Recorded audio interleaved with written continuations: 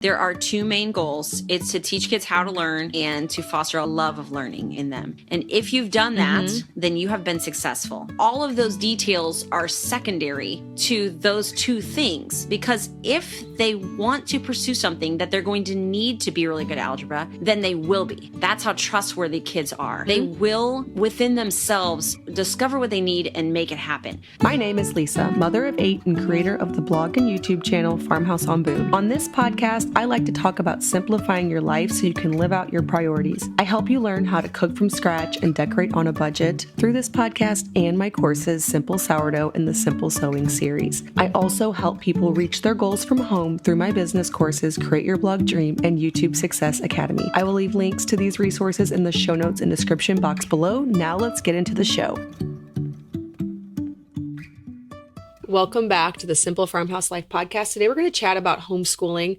I love talking about homeschooling, and one of my favorite friends to talk about that with is my friend Julie Crakey. Now, she has a website that is all about delight-directed homeschool. So this is a philosophy on homeschool that she and I both share that might be helpful for you if you've been feeling overwhelmed in your homeschool. And Julie is a mom of 11 kids that range from 18 down to 6 months. So she's been through it all. She's been homeschooling this whole time, and so she has a lot of wisdom to share.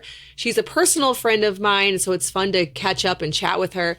And she's been on this show before, so you might have heard her before, but let's dive in and discuss one of my favorite topics. Julie, it's so great to have you back on. It's fun having on a real friend, and we get to spend some time catching up. We have to actually make a podcast recording to make this happen. But Julie has 11 kids. I have 8, so that's a lot of moving parts between the two of us. And I understand that you have a website that you've been working on for a couple years is it called The Delightful Homeschool? Yes, delightfulhomeschool.com. Yeah.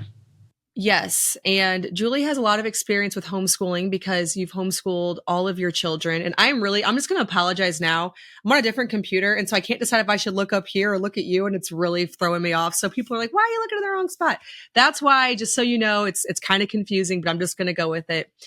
Your oldest is 18? 18. Mm-hmm. We have 18 down to 6 months old, and there's 11 kids. And I was also homeschooled myself halfway. Went to the public school halfway, and then my mom pulled us out, and I homeschooled through high school. So I have that kind of perspective of the contrast between the two, although public school was definitely different back when I was going than it is today. But yeah, yes. Homeschooling was definitely the pick for me. I knew from my two experiences that that's what I wanted to do with our kids. Yeah. And there's something that happens when you have so much experience with homeschooling. In the earlier years, even though you were homeschooled some, I'm sure you had a lot more doubts about how this is all going to turn out when you had these little impressionable, moldable children. Than how you feel about it now.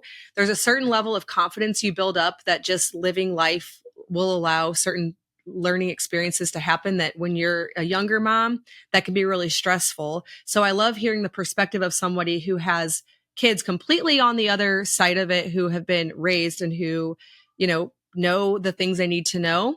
So we're going to talk a little bit about that. First, let's break it down. Tell us a little bit about your approach to homeschool in a nutshell. Yes, it has definitely changed over the years. At first, I tried to get a bunch of curriculum. I tried to cram a lot of things into our days. I felt really stressed because I thought, I'm not doing enough. There's so much they need to know, and I don't have enough years to do it. Nowadays, we have a completely different approach that has changed as I've watched my kids grow and seen for our family what works and what doesn't work. So we have just a couple basic requirements. I have my kids practice a little math, a little language arts, a little reading, language arts, reading, writing.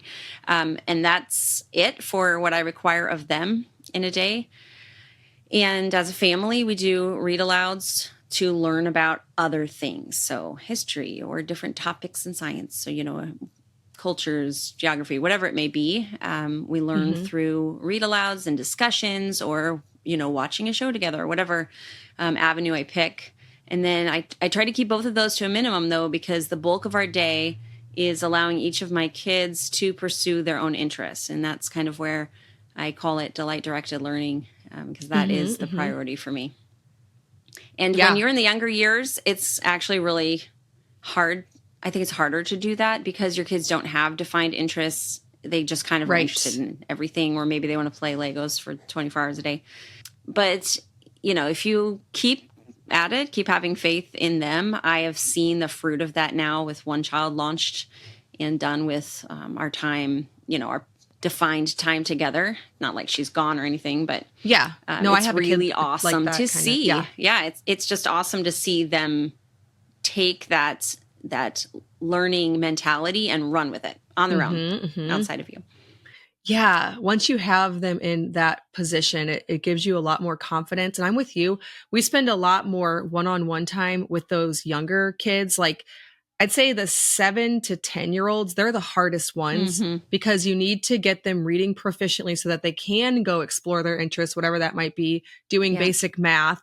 That's where you're in the thick of it. But then those interests start to really emerge.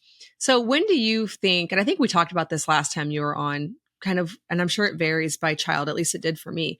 When do you start to really see what they're going to do? Like what they're actually going to need? I actually just this morning had a conversation with a friend about this because I feel like for the majority of kids, at least in my experience, I have 4 teenagers now, and I feel like it's about 14 is kind of a sweet spot for a lot of kids. Of course, everybody varies, just like with learning to read. I had a child learn to read at 4 and a child that was still struggling with basic reading at 12. So both ends of that spectrum. That is quite the range, but I've seen just about the same range too. And it's actually okay because once they keep going, not to jump topics, but they do figure it out eventually.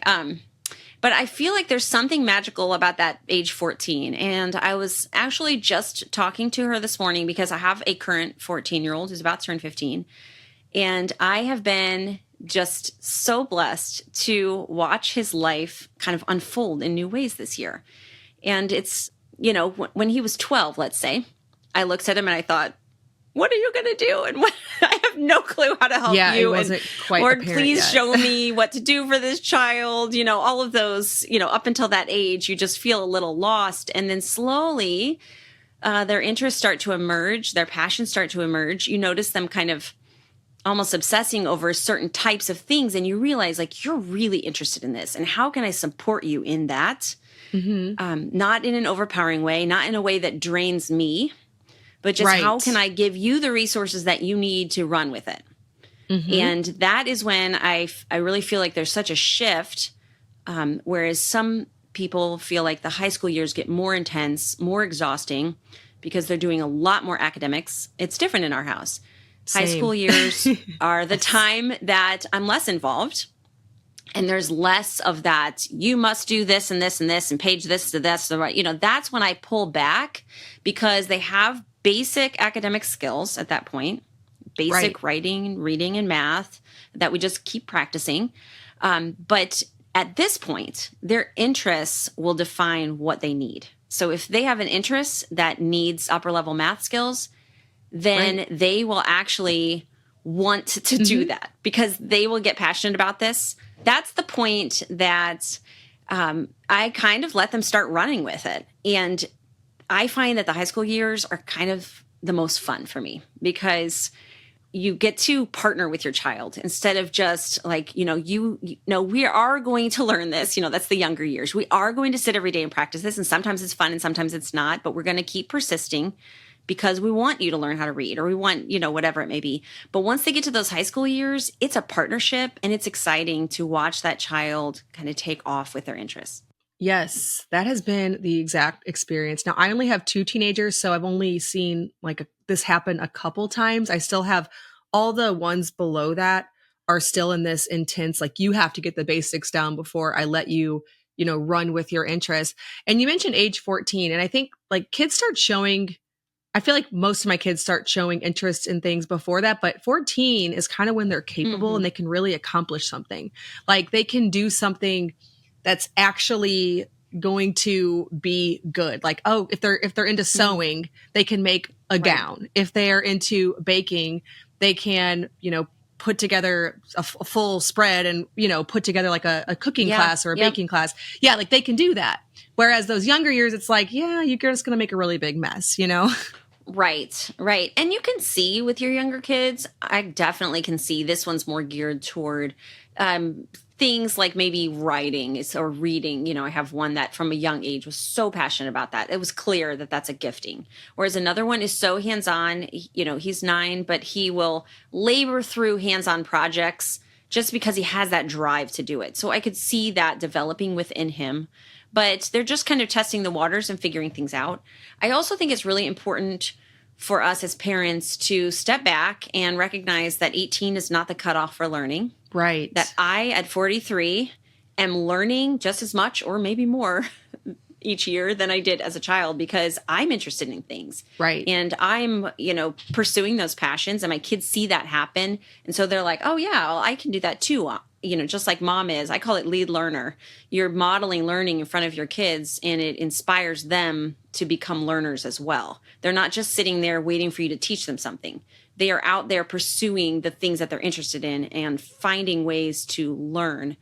Our kids, I believe that all kids are born with this knowledge in them. They have a drive to do the next thing. So, I have this baby right now who has a drive to try to sit up. And it's like, a passion in him.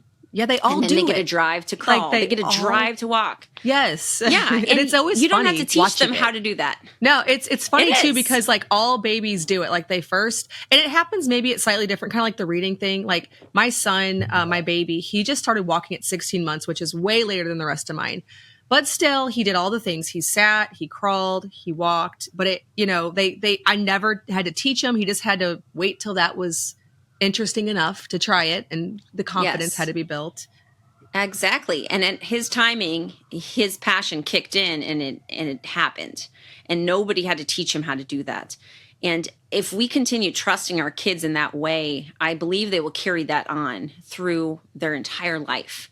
Like, I'm interested in this. I'm going to make it happen to learn it, to figure it out, to find the resources. It's just really about trusting our children that they're not going to screw their life up, that they're actually capable of pursuing the things that interest them all the way through to adulthood.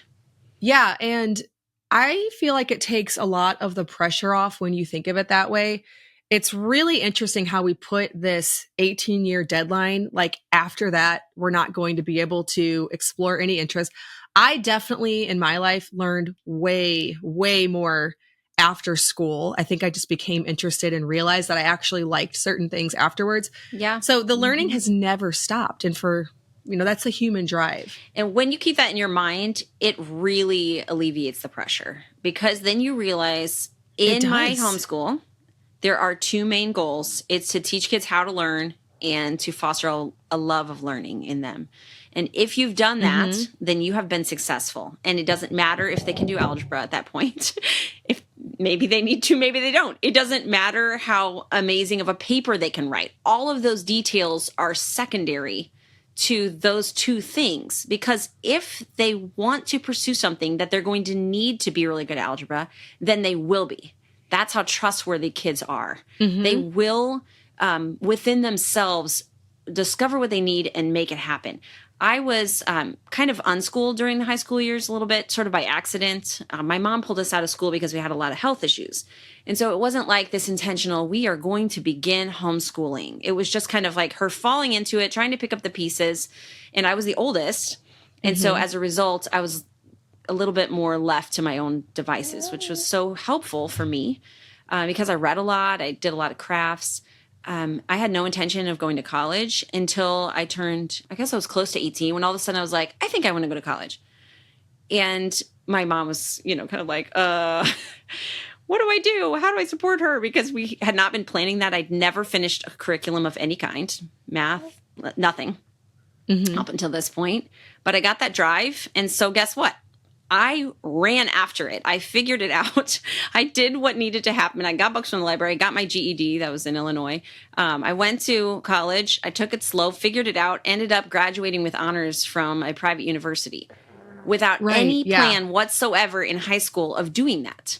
And so seeing my own experience gave me confidence that you don't have to try so hard with your kids. you just have to trust them and support them and provide the resources that they need, which I feel like is its own topic. I was looking over some of the questions that people sent, but Yeah. I think some moms or dads will start to feel pressured like, okay, my child is interested in this. I need to go out and make it happen. I need to go find them a bunch of stuff, and I need to go find them a teacher, and I need to go, provide all of these things and drive them to lessons. Like that's the thing. People are like, well, I don't have anybody to teach them that. I'm like, literally, I'll give you a YouTube video. Get her, get her the tools. We're in an era that makes delight directed learning so easy. So easy. Absolutely. We have it at our fingertips. And even though I have 11 kids with, 11 different interests, I don't know about this one yet, but I'm imagining so far they've been very, very different in their interests. We're not running all over the place. We're running ourselves ragged because our kids know how to learn for themselves. And so they're finding the resources that they need to teach themselves. And, other things come as needed. So my 14-year-old that I've been so interested watching this year, he's really passionate about leather work, and he taught himself to sew, first hand stitching and then trying different sewing machines. We ended up just, the Lord just provides things. So with leather work, we never once bought a piece of leather for him because it's so expensive. But we came across this woman who does leather for her career and has to get rid of all these scraps, and started giving them to him. And so he now has endless scraps to make things with. And as I've been totally hands off. People ask me, well, how did you help him learn leather work? I was like, did you learn leather working first? Right. I don't know how to do anything with leather at all. I couldn't guide him one bit. He tried and failed and tried and failed and tried and failed a lot. He found things on YouTube to watch. He found just a website that had free templates. He just kind of went on his own crazy with this, figured it out. I had nothing to do with it. And he is now at the point of selling items because he's like, I want to do this. And I saw it on your personal Facebook, and I'm like, I need to get those. I want to get the little pocket knife holders for my sons, but I'm too afraid they'll lose it. They're not that great with their items. I'm like, they would love it, but they would lose it in like 2 seconds. Well, you still made an effort. That's another thing. You still made an effort. Right. Oh yeah, we got those challenges too. But as a result, somebody, a friend of his grandpa's saw, he was carrying around a lighter case that he had made him. And he saw it and he's like, I have this old sewing machine. Would your grandsons want it? And he said, sure. Well, it turns out to be this professional industrial leather sewing machine that we now have. That's just like, if we had tried to hurry up and help this interest along because we want to be a good homeschool parent, it would have been really exhausting and expensive. And maybe they would have just gotten burned out, and then we would be mad at them because we're like, well, this was supposed to be your interest, and I spent $500 on this interest, and now it's not. Right. But when you give them time to slowly discover things on their own, it eliminates that. It's cool. It's really cool to see how things happen. Yeah. And, even if leatherworking, it doesn't end up being his career, the amount of things that you learn through going through the process of taking raw materials, first sourcing the raw materials, sourcing the tools you need, that could be applied, and then making it, producing it, marketing it to sell, that could be applied across the board for so many industries. And what I love about it is you didn't have to force him to like, sit down, I'm going to make you write this, not that there's not a place for that sometimes as well, but trusting that people will come up with an interest to not be bored, to fill their time and to pursue something is something that you have to first, wrap your brain around before being able to take part in delight directed learning. And I get moms all the time, and I was like this too, where you picture there being like this amount, this like set stuff that you have to learn that's like predetermined by somebody. It's set out. And if I send them to school, it's the safe place. I won't have to really worry about it. Everything they need to know will be accomplished, forgetting that we're here to support our kids through the rest of their lives. Should there be some kind of gap that you forgot to teach them?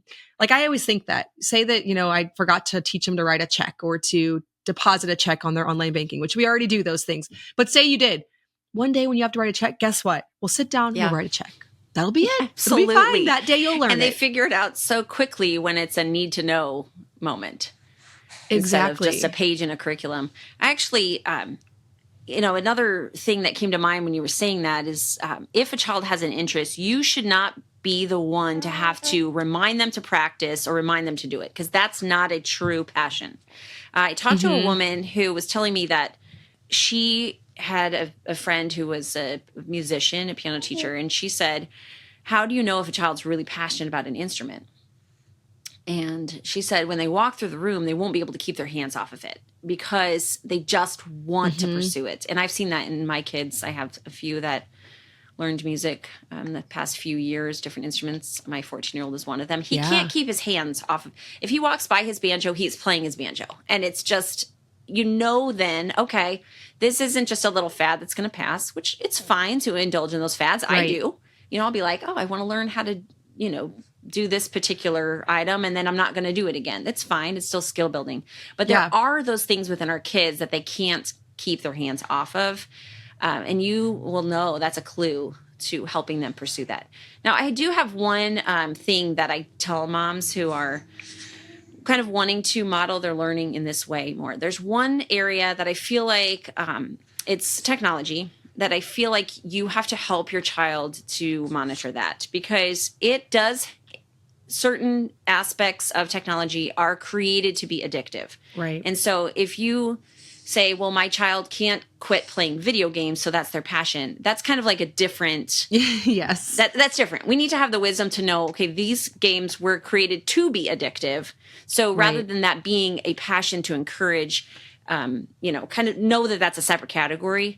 We actually use technology in our home a lot because, like we talked about, all the YouTube and we did Voteberg Music Academy. That's how my kids learned instruments. That's online. But all of our devices are locked. And if a child wants to use this, just how we do it in our house. If a child wants to use something for a purpose, they come to me. We're like, okay, what do you want to use this for? What's the plan? I unlock it for them, and they use it for that. And so that's kind of how we've navigated. We have lots of, laptops and iPads and different things like that, but it's with intention. We use them with intention. Yeah.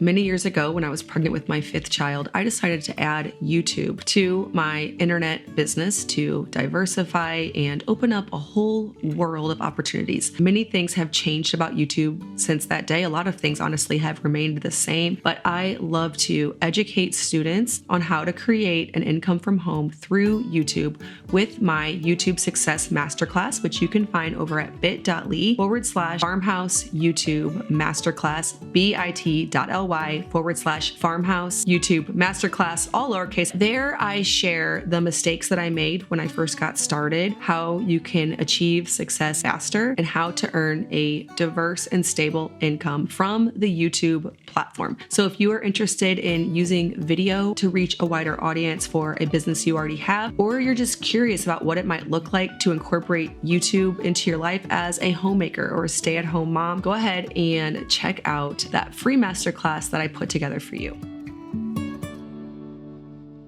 Yeah, thinking about the music thing, I've always admired your kids definitely are passionate about music. Like when you have a gathering at your house, they're all getting their instruments and playing it.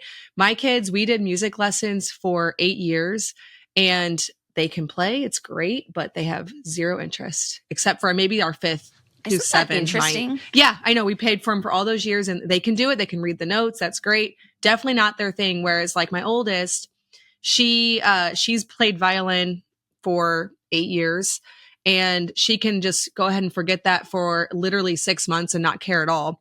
But she's obsessed with sewing and she doesn't forget. She's making her Christmas dress. She made her 16th birthday dress that we just took photos in. She has I got her a dress form that's like tailored to her own size. Awesome. And she's making gowns and she would never forget ever to practice her sewing. That would not happen. So that's right. That's right. So that's her passion. And you don't need to labor to make her do it, make her learn it. Never. Ever. It's no problem. We go to thrift shops. She goes straight to the fabric, straight to the like sheets, anything that's fabric, loves it. Obsessed with it. There is no like forcing her. And with music, we just kind of let that one go. We finally quit the music lessons when we moved and we're not doing those anymore. but it is funny how different your kids are. And you can't necessarily, like, you might desire a certain interest because you have a certain interest. So you want your kids to want to do the same things as you. And I also would say, let that go and find a way to productively help them be who they are. Yep, I agree. Yeah. And, for your daughter, for my kids, at this point, high school, in my opinion, is supporting that dream. So if she is so passionate about sewing that she wants to keep on doing this, she doesn't need things that someone else might need to know. Like my friend's son is obsessed with airplanes. He wants to fly. Okay, he is going to need very different educational support for that. Yes. And so let's give them what they need. Now, I actually was reading a forum recently where this woman said, well, you can't only give your kids what they want. You can't just make it fun for them all the time and not challenge them with hard subjects. They need a well-rounded education. They're doing like hard stuff. Like your kids are doing hard stuff with their interests. I agree. And I think it's just a different way of looking at life. And just kind of peeling back what is a life well lived? What does that look like? Does it need to look like a success in a certain type of work environment or a certain type of monetary level? Like, what is important to you? And to me, success is just allowing a person to explode in the things that they are gifted in. And just letting them run with it, whether they're poor or rich or where they live or whatever, it's kind of all just secondary. Because if we're passionate and enjoying what we're doing each day, then that's the goal. That's a life of beauty. Yeah. Forget everything else. Yeah, I love doing that with education. I have been thinking about that for pretty much the entire time we've been homeschooling. You get these times when you get really overwhelmed and you think, I have to, pack all of this information in 18 years. And if I don't, I'm a terrible parent. And then just stepping back and thinking, what is the goal of this? Like, what am I trying to accomplish with the years that you were under my roof? And none of those things end up being part of that list. And it takes off the pressure because I'm going to be there for you. I'm going to help you pursue the interests that you have, but I'm not going to, those thinking about the bigger picture and the big goal is to me like the most important thing. And I don't think many people step back and look at that. Yes, it is. Because even if you believe it, it's very easy. I know for myself, it's been very easy to get spun up. Particularly in moments when I might be in a season where I'm just really tired or I'm stressed or whatever, anything pushing on me, I will default to going to my husband and being like, this person is still, lacking this or this one. I really should be like improving their skills in this area or what, start feeling all this pressure and not trusting my children. And it takes a moment to say, hold on, Julie, what is our goal here? What is your goal? Your goal is helping them to their future of learning. It's not learning everything right at this moment. It's the future of learning. So anything else that you do now is a bonus. I don't know about you, but as a kid, I really don't remember much of my public school education. All the things they had us memorize. I don't either. And I will say, I've used this as an argument with certain people in my life, and certain people will say, but I do. Like my brain is the type that does. And I'm like, okay, that's true. But what if somebody is more of a learner, a lifelong learner? Like I constantly am learning new things. I'm obsessed with it. I love it. And so I think overall, even if you don't actually retain all the stuff from your childhood, if you're going to be ahead, if you're a lifelong learner and you enjoy that pursuit. But anyways, I'm with you. I forget all of it. Completely forget it. Yeah. And for those people who remember every detail, I would say then that your future is something that is going to be very detail oriented, that you're going to really retain all of those details. So that's awesome for you. Again, it's not a one size fits all thing. It's supporting that child or yourself in what's right for you and what's right for your household. This is also going to look really different in my household with 11 kids than somebody who has 2 or 3 kids. That's going to look different also. In some ways, I think I have it easier when it comes to delight-directed learning because I have more going on. And so I don't feel such a pressure to do so much with the, maybe let's say I had 2 kids. I just think that it would be really hard for me to step back and let them go and not feel like I wanted to micromanage everything because I had less balls in the ground. Because you can. I don't know because I don't have 2 kids, but right. Yeah. But I think. But that would actually be more possible. Like there wouldn't be this level of surrender and like actually seeing what kids can do, because you might actually be able to kind of mimic regular school in a situation like that. Yeah. Or I might be so, hyper attentive to them that any little thing, I'm like, oh, that's an interest. We better pursue that. But I think that the power in this is letting the child lead, letting them run with their interests, because there's never been a situation with my kids that I was the one to lead their interests for them. And they were like, oh yeah, I'll follow that. Not that I didn't guide them, but the things that truly are passions for them, they didn't need me at all. They ran with it. Right. They figured it out. They made connections. They met people. They talk with people. Even my kids that are maybe a little bit more reserved. I have some that are really talkative, that'll talk to anybody, and some that are a little shyer and struggle with that. But even for those that are more reserved, when it came to their passion, they were absolutely willing to have a conversation with somebody about it, to do things that were out of their comfort zone because they were so interested in their whatever it was that they were pursuing. It's just, I don't know. I think it's really exciting. I think watching your kids, like I said, the high school years seemed intimidating to me until we got there. And I was like, oh, actually, this is fun. And I still enjoy my little years. I really do. I feel the same way. It's exciting to see the things that the little ones learn, or when it clicks with reading or whatever it is. And they are, up, around me all the time. They're, except for right now, I got a rare hour, but usually I've got kids climbing all over me, because that is the season when you are the guide, you are the teacher. It's way more of a grind at that age. And, you're walking them through it step by step. You're developing those good habits within them. You're guiding them. You're teaching them the basic skills.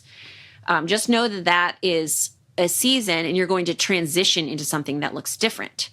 You're not going to transition into something, if you're doing things in a more delight-directed way, you're not going to transition into something that is more exhausting in the academics, but more of a relief because of the way you're moving. I actually talked to a woman who had 3 kids, and all 3 of them were graduated from her homeschool. And so she was coming at it from a perspective of like, here I am, I'm done. And I asked her, what would you do differently? And she said, and she's a very different personality type than me, very type A, very organized, very much like they had the curriculum, they finished the curriculum, it's like very structured. Right. And she said, I regret being so structured with them. And I regret not giving them more time to pursue their interests, because what has happened is I have kids that have a whole lot of academic knowledge, because we really worked hard on that. And they have a lot of academic knowledge, but they don't know what they want to do with their life, because we didn't take the time to slow down and figure that out. So they just have these heads full of knowledge. And now they're like, well, what do I do with it? It was just a really different, it was kind of it caused me to step back and say, okay, on those days when I'm kind of panicking because I think, well, so-and-so doesn't have, up to the public school standard or whatever it may be in this area. Well, maybe it doesn't matter for him. Maybe that's not supporting what he's going to do as an adult. Yeah. I do challenge my kids when I feel like it's appropriate for a certain child. Like there was one child who really had an aversion to anything related to language arts. Okay, I can respect that that's not your gifted area. Very hands-on. But, there is a degree where some of these skills are going to be necessary to support your hands-on gifting. You're going to need to be good at communicating. You're going to need to, be able to read and write to some degree. And so we sat down together, we talked it out, we came up with a plan, and that was their daily requirement for them. It's very different than my other child. I never have to tell her to do anything with language arts because it's just what she does all day long. Right. So there is no requirements for her. Know your child, be a student of your child, pay attention to them, and you will know what they need and be able to make adjustments. Yeah. I think that makes so much sense. I mean, it's interesting to watch it unfold. Now, have you ever encountered one of your kids or somebody else's kids not really having any interest emerge? Like, I mean, I'm not really even sure what that would look like because everybody has interests. But what if you have a Yeah. particularly lazy, let's just put it like that, a lazy child who's like, I could just lay here all day and do nothing. Like, how would you encourage a Yeah. child like that who Is doesn't seem to have much drive? yeah, that's hard. I don't necessarily, okay. My husband and I are both pretty like hyperactive learners. So I think our kids have picked up on that a lot because we're both like, look at this thing. I want to learn about this. Let's do it. So that's kind of absolutely. I get fascinated with stuff. Yeah. That's kind of the culture in our home. I do have a child who has a specific interest, but isn't as super motivated to make something happen with that. Even though I can tell that is I've witnessed one like that. So, I'm still kind of figuring that out. Honestly, I'm biding my time because I think that age has a lot to do with drive. And so, I can tell where they're kind of going. I can see the things that excite them and interest them. And we have conversations about like, whoa, what could this look like when you are an adult? How could you support yourself with this interest? Right. What could that look like? And so we're kind of in the talking stage with them. But nothing's necessarily in place. Like my eldest daughter, she is so, for years now, she's been so focused on having a cattle farm and raising grass-fed beef that she has actually gone out. She's begun her herd. She purchased her first 2 cows. She's been going on farm tours, or she went on one of those to learn about how they do rotational grazing, etc. She's got that drive to put it in place. So I'm just here to support her. For another child, right? We're not, check back with me in a couple of years because we're still in the middle of that. But I do have confidence that it's going to pan out. Well, and that's it. And I think too, like when they're in those younger years, they don't have to support themselves. And so maybe they need a little bit more incentive, and one day that will happen and they'll remember to the culture of their home where, how we creatively solve the issue of, I need to pay my rent and buy a car and all this kind of stuff. Yes, that's a good point. And as a mother, you'll still be there to support that child. Like we can still visit that later when you want to maybe start a certain business. We can talk about how we could save for the tools you might need, or, the different tax things you might need to know. We can still, when you're 20, we can still sit down together and do that. Yeah, absolutely. My husband did not, he's a financial advisor and he works with this really amazing company that is, it's only a Christian financial advising firm. And so, everything they do is certain moral standards, et cetera. But the point of why I'm bringing this up is that he had no intention of doing this. He did not go to college for it. He was in the military. He was out of the military. He went to college. He did different jobs. He was, worked for a staircase builder. He did, carpentry. He worked for sheet metal. This was like the beginning of our marriage. And God has brought him to this point where he is so successful with what he's doing. And he's been with this now for years. But there was no inkling at all when he was a teenager that this is where he would be. Right. But he had the ability to learn things, to figure things out. He had a passion. When he would come up with something, he would make it happen. And so those, again, are the things to have in place for our kids. And it may not pan out that we are able to go to our friends and be like, look at my 18-year-old who's just so driven that they've figured out what they're doing and I'm supporting them, and they're, it's happening right now. Look like that. No, it might be like, look at my 40-year-old. He's figured it out and he's just awesome and successful. That might be more the reality.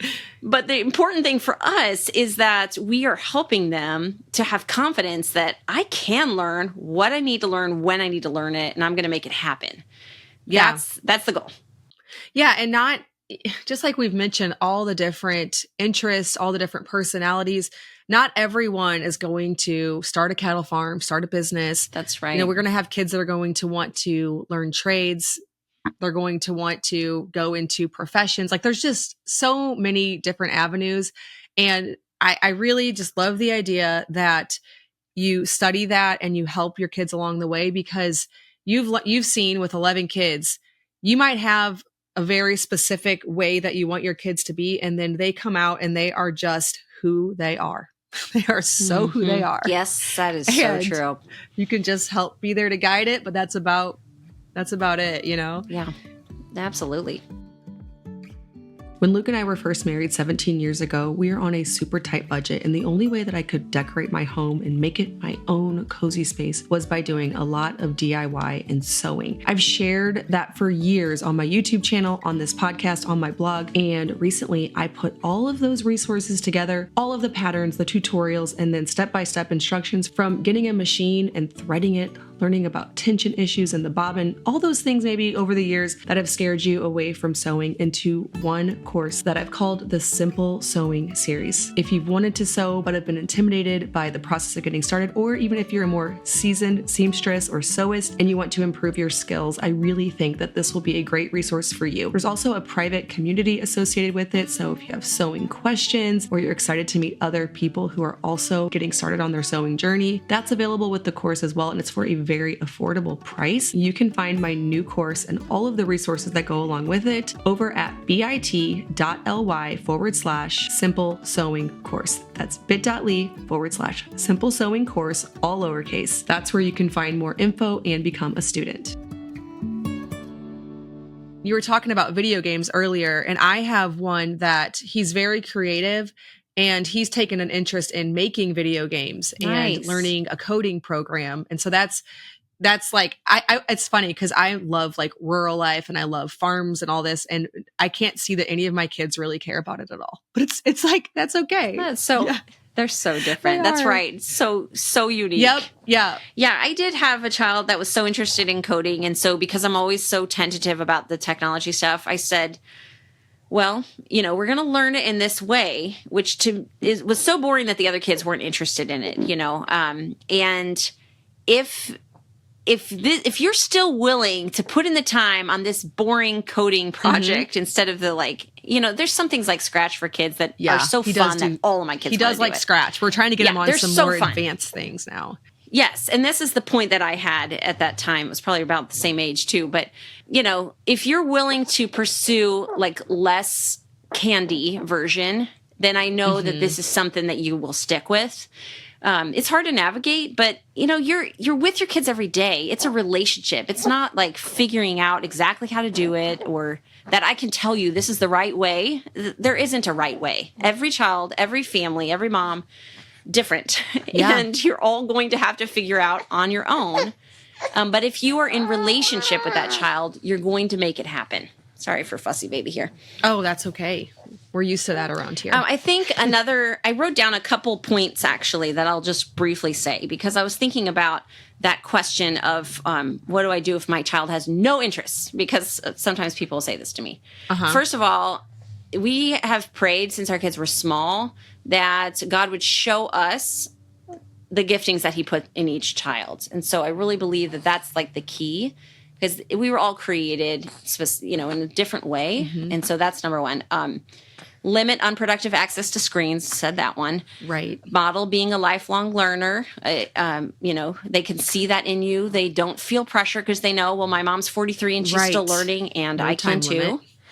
Allow them to have unstructured time. So important that they have some time just to try, and let them try and fail. So don't try to make it easy for them to do things. Like I said about my one that's always trying to build things. Half the time it falls apart, but that's okay. He's trying and failing.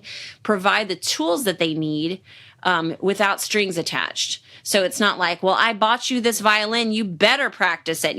That's not going to lead to anything that is healthy, inspiring, creative. There is a balance. And when our kids wanted to get instruments, they either got them as birthday gifts or they helped raise money for them, so we're partnering together. But just kind of, not giving things with this high pressure, because you want them to feel the freedom to explore, to try, to fail. Right. That's what these years are all about. Yeah. And it's so true. It's this precious time, especially as our kids become teenagers, it's this precious time that they have that they don't have to pay the mortgage. Yeah. And they don't have to sustain a marriage or children and things. They just get to explore and learn, like, who am I and what kind of interests, what interests me and what am I going to do with this? Yeah. So it's a gift. It is. And I try to remind mine too, because they'll have pressure on themselves that wasn't placed there by me or anything, where they'll say, ugh, like I wasted all my time because this didn't work out. I'm like, listen, this is what you have right now. This is school. If you weren't doing it here, you'd be doing it over at a school. So, we're not going to worry about wasting all of our time making something that failed. That's literally what this all is, so that later on you can have some of that dialed in. Yep, absolutely. And, for your kids as well, they're seeing you, the things that interested you have now become an income for you. And it wasn't because you got a college degree in it or, followed a certain path. It was just following your interest to a point that it's now something that is sustainable for you. So it's just, that's what I hope for my kids too. I would love for the thing that pays the mortgage is the thing that they would do even if it didn't. Right. Yeah, absolutely. So we have lots of questions about ensuring kids are getting enough time around their peers. I get that question all the time. I know you do too. Any homeschooler does, to the point where we kind of just roll our eyes now. I was at a function over the weekend with my family, and I have one uncle that every time he sees me, he has to ask me. It's funny, we see each other like once or twice a year at the most, and he has to ask me this question. And I'm like, yes, they have friends, but it's just so hard to fathom for people who are outside of the the standard way that in our culture you make friends through school. And obviously, like, our kids are friends, so we know. Right, exactly. I think that people think, as homeschoolers, you're just kind of like hiding in your house and sitting around your table writing, and you have no social skills or something. But, friendships are so much more true and authentic for my kids, because instead of being in an environment with a bunch of kids their own age, they're out there in the real world. Like, my kids have friends that are younger than them, friends that are grandparents, friends of all ages and all walks of life. And then they do have those people that they've met that are really in the season they're in. Like, my daughter, Bella, she's got these friends that she's met and have these authentic relationship with, and they're really just walking through life together. It's not this, like, because we're in the same homeroom or whatever that we have a relationship. It's just this true, authentic, they're about the same age. They're walking through the same things and supporting each other. And it's just, it happens. And if you're considering homeschooling, just throw that question out. It's not even worth worrying about issue. Because it will happen. You don't need to be concerned. Yeah, it's kind of the same way that people want to learn what they want to learn. It's the same way where people want friends. And so they will find them. Like, when they meet each other, they'll exchange contact information. They'll ask you, like, hey, can you bring me to this thing with this friend? Like, I don't have to really go out of my way because they have plans. They make the plans, and then I bring them to the plans. And, I let my kids, like, plan certain things, and I'm willing to do that. We also, I just have to be honest that the family culture is number one for us. And we don't have teens that go out at night with other teens. I mean, we just don't. No, because I know from my experience as a teenager who, once I got out of on my own a little bit, it just didn't lead to good things for me. And so, and I figured that out in my young adulthood and came back around from where I was off on a tangent of my own. But, I want my kids to have relationships that are meaningful, not just like, let's go hang out. And I don't know. I don't want to set them up to fail, I guess. And so I guess it's kind of a topic for another podcast, but it's directing relationships just like we direct their interests to things that we can see are healthy and whole for them, and always putting family first. Yeah. And like you, we usually make plans with entire families. So if they have a friend, usually like the whole family gets together, and they have some kids that are maybe more like these kids' friends and some that are these kids' friends. But yeah, that's typically how we structure things too. And I'm a social person, so I love events like that and, getting my kids together. I know some people struggle a little bit more because they consider themselves more introverted. And so a struggle for them to branch out, and they think, okay, well, how will I let my kids do that when I don't see people ever? Yeah. It'll be maybe join a co-op or something if you're new to an area. Yeah, I mean, right. Sometimes we do have to stretch ourselves, and there's seasons too. You know, this year specifically for me, we had a lot of challenges this year, and it was a year where we were all more introverted as a family because that's just what needed to happen. I was on bed rest with this guy, and you know, it's just like a lot of things that, you know, as a family culture, we were more introverted. And so we got to enjoy other things. And then other years, we are out a lot more. And, you know, that ebb and flow is, again, part of life. So if my kids were in public school while I was going through this with his pregnancy and the hospital stay afterwards and all that, you know, they would have continued on. They're very structured, get up, go to school, get up, go to school. But you know, for us, the beauty in it is that they walked this trial with me and they learned about the trial with me and they felt the weight of it too. And they felt the rewards of it. And this is life schooling. Yes. They didn't have this isolated life that just carried on in spite of our family trials, which isn't realistic. That's not how real life functions. When you have a trial, things kind of stop and you deal with the trial. Right. And that's how it went for us as a family. And then when we had victory over that trial, it was celebrated as a family. And we're getting back into all the things that we did before. You know, it was a beautiful thing instead of like a harmful thing that our kids had to stop and do something different. They actually learned skills that are going to be helpful when they're an adult and they have something tough to walk through. Yep. Yeah, that is so true. I love the way you said that. I always think about, you know, a lot of moms, including myself over the years, I feel like I've definitely gotten better about this. They have an idea of what it should look like and feel like there is no way, even with constant motion, like a nice steady motion throughout the day, I could ever get done all the things that I need to get done with school, with keeping the home. And that's always when I think something has to, like, you have to adjust your expectations or your priorities a little bit, because if you're not being lazy and you're just kind of moving at like a, you know, a decent pace, you're not wasting time on any certain thing that isn't productive, and you still can't like ever feel like you're doing enough, then something is off there, because something needs to shift. Yeah, some shift needs to happen, because like you said, you had a rough year where you were on bed rest and you still, you know, had the responsibility of homeschooling your kids. And so through that time, you had to adjust what that was going to look like. Yeah. You weren't sitting in the hospital thinking, oh no, so-and-so needs to do their lesson in this thing. And this, you know, like it wasn't something where you were doing what you needed to do. And, you know, that was going to have to be enough at that time. And I think that's what we need to do is even if we're moving constantly, we're still not doing enough. And so then it just feels like it's ever going to be impossible to get it all done. And then before you know it, like we have this desire to homeschool, but we have to send them to school. Yeah. And you know, this is another thing that has been a brain shift for me. The starting and the stopping of the school year is another thing that I tossed out the window years ago, because it's putting pressure again, like that we have to learn this amount of material before this deadline. Yeah, and that does not go along with the idea of being a lifelong learner, because there isn't a time deadline when you are just learning as part of life.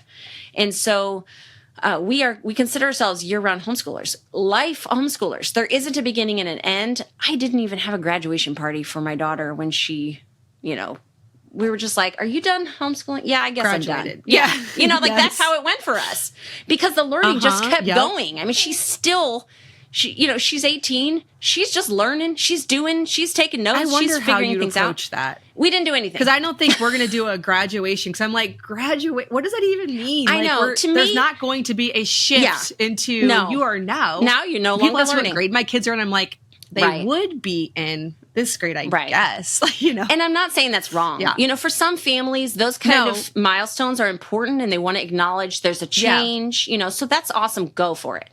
In our family, we are just like on our bicycles, pedaling through learning so much that we didn't even notice that there was a shift. And suddenly, oh yeah, you know, in Missouri, you only have to you're only considered schooling till you're Yes, you're done. 17 and you're 18 and you're now, oh, your friend had a graduation party. We should go to that, but Yeah. in the middle of it, we're just carrying on with our learning so much that we didn't notice that maybe we should have done that until after the fact. And we're like, let's just keep on learning and have fun learning and, be okay with it.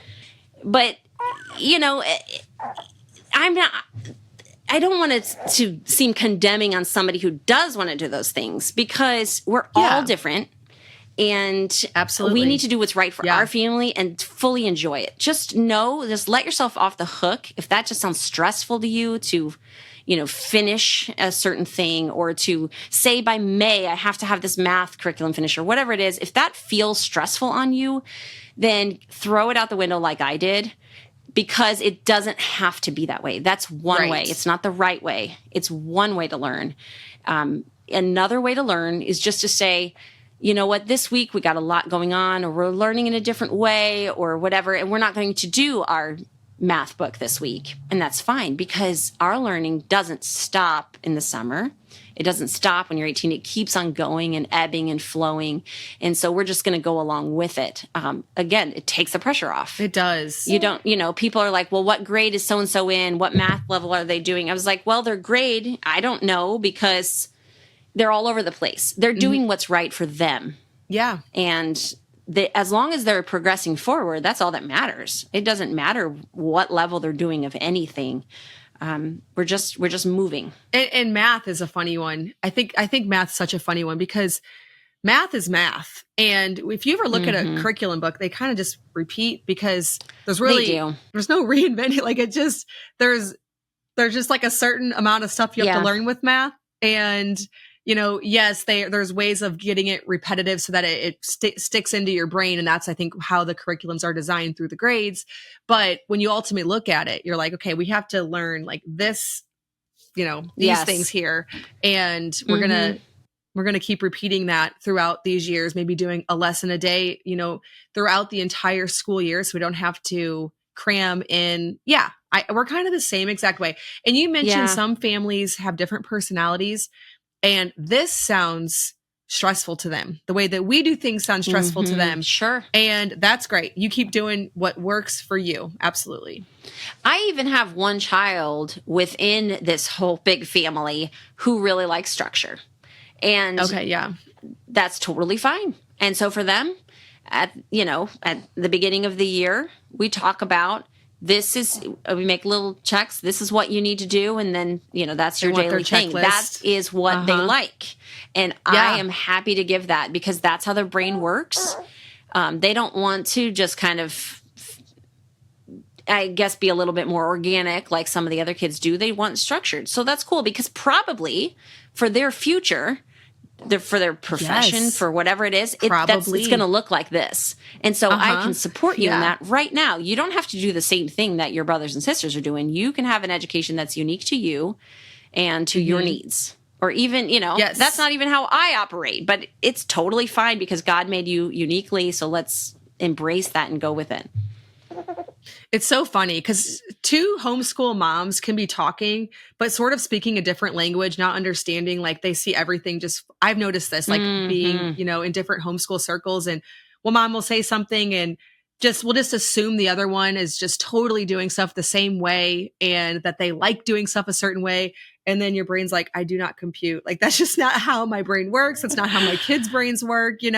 Like, I have a family that's really close to me that we talk a ton, and they are totally the checklist family, and every single kid falls into that. So they get up, they have their checklist, they enjoy it. Like, they go through it. They love knowing that, like, I did all the things. Wow. Like, I did all of my math, my language arts. Like, I went through all the things. But I don't have a single kid that operates that way. I don't think there's a gene for that, like in the gene pool from either side. Like, we're definitely more creative. And so putting us in that box is just like the worst. Like, we aren't going to learn anything that way. But it's okay that that's right. We're totally speaking a different language. We're going to learn our whole lives, but we're going to do it in completely different ways. And that's fine. Yes. And that's the awesome thing about it, because the world needs all kinds of people. It doesn't need a carbon copy of the same one over and over. Absolutely. Yes. Yes. Well, this has been such an encouraging discussion, I think, for so many people that feel like they maybe have a personality that doesn't quite fit into the mold and they're overwhelmed. They want to homeschool, but they're like, how is this possible with the way that, I see life? So tell us a little bit about your website and the things you offer there. I saw you have some crafts. I know that right now, I think this is coming out a little bit after Christmas, but there was like Christmas craft packet, and I'm sure you have them for other seasons as well. Yes, I'm not the most faithful blogger in the world, but it's a space that I can share things that I'm thinking. So I have encouragement about just the basic how-tos of delight-directed learning. If you feel like I want to do this, but I don't know where to start, I have different posts and resources on getting you going there. And then there's just other things, books that we've enjoyed. I'm always looking for read aloud ideas from other moms. So I have books that my kids have enjoyed or books that I've enjoyed or different crafts to do or the leather working. I've had so many women ask me about leather working with their kids that my boys helped me write a whole post on everything that they could think of, the resources for it. And then I also have a free download that's how to simplify your school days that you can find if you go there also. That sounds like a lot of great info, especially for the newer homeschooler or those who just want maybe like a little bit of inspiration to keep going. So we'll leave you said give us the website again. And we'll also be delightfulhomeschool.com. Okay. Sorry. Delightfulhomeschool.com. Okay. Yeah. I think I had that right the first time. I'm sure you'll put a link. You find me. Just type in Julie Crakey. You'll find all the things I have. Yes. And we'll leave it down in the show Apparently there's not another notes. one in the world. No way. Yeah. Really? Perfect. I don't know. When I type in my name, it's just, I haven't found. Or at least not another one that has any like Google juice. So yeah, right, I think that's right. Yeah. They're probably just living their quiet life, minding their own business. Yes. Right? Living their quiet, private life. Yeah. We're over here definitely not doing that. But right. Awesome. We'll leave it linked down below. Thank you so much, Julie. Thanks for having me. Thanks, as always, for listening to the Simple Farmhouse Life podcast. My husband Luke and I and our 8 kids work together side by side on our little homestead and use our blog, podcast, and YouTube channel to reach other homemakers, home cooks, and homesteaders with practical recipes and daily family life. For everyday sourdough recipes, make sure to check out our blog, farmhouseonboone.com. And to dig deeper, we do also offer a course called Simple Sourdough over at bit.ly/farmhouse sourdough course. That's all one word, bit.ly/farmhouse sourdough course. If you're looking to learn how we earn an income online, check out my free blog success masterclass at bit.ly/farmhouse blogging school and my YouTube course at bit.ly/farmhouse YouTube course, all one word.